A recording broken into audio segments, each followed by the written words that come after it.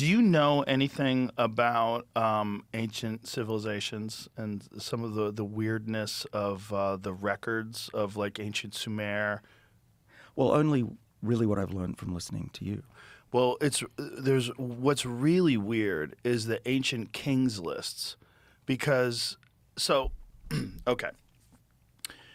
The theory among these alternative archaeologist types is that there was a very advanced civilization that existed on Earth tens of thousands of years ago, and we were probably wiped out by comet impact.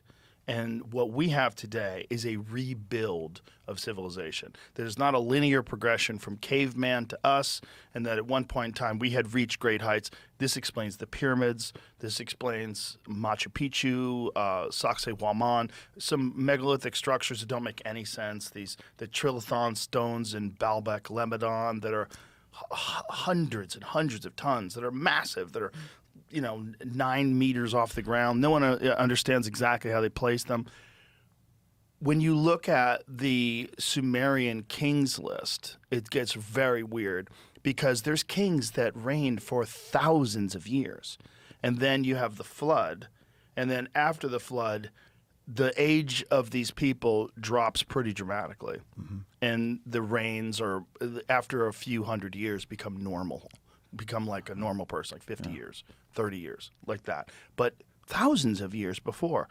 And then people are looking at it like, okay, is this just myth? Is this poor record keeping? Do they have just these, hyperbolic, elevated stories about these kings? They were so amazing, they reigned for 30,000 years. Or had they achieved not just in building, because in building we know they'd achieve incredibly complex structure, like the pyramid, for instance. Like they had insane engineering, somehow or another, the ability to move these 500-ton stones from hundreds of miles away. Like, how did they do this? We don't really know, but we know that they did it. Did they also have the kind of technology that you're talking about right now? Because if it's possible today, and if that is it makes it very difficult because it goes against what you would call like the modern narrative that they're teaching in universities in terms of the timeline of human history.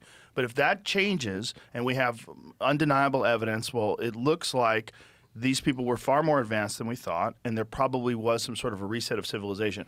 What else had they accomplished, and had they gotten involved in genetic engineering? Had they figured out a way to extend lifespan? And if they did, imagine all the work that you've accomplished in you're 57 now, about to be 57? Yeah. You look great, by the way. Hey, thanks. You really do. Thanks. Like, look at your hair. It's so dark. It's incredible. People speculate it's all fake, but it's not. But anyway, hey, happy birthday too. It's coming Thank up. you very much. Yeah. I don't look as good as you, though.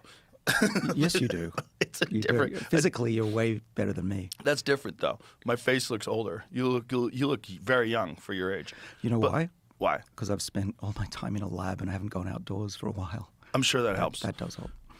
But my point is, imagine if you had 500 years to do research, not just 57 years. Yeah. Imagine if you could continue learning and growing, and they did develop some sort of a life extension technology where you could not just be older but be healthier than you've ever been before and live for 1,000 years. You would get so much done.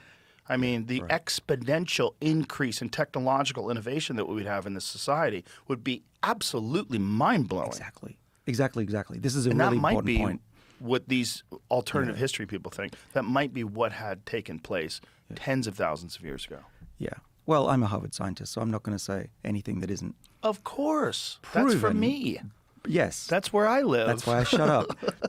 But you did make some really important points. One is that ancient civilizations have always been way more advanced than we think. And yes. Dinosaurs are a lot more real than we make them look. We always get things wrong looking back in time and looking forward in time.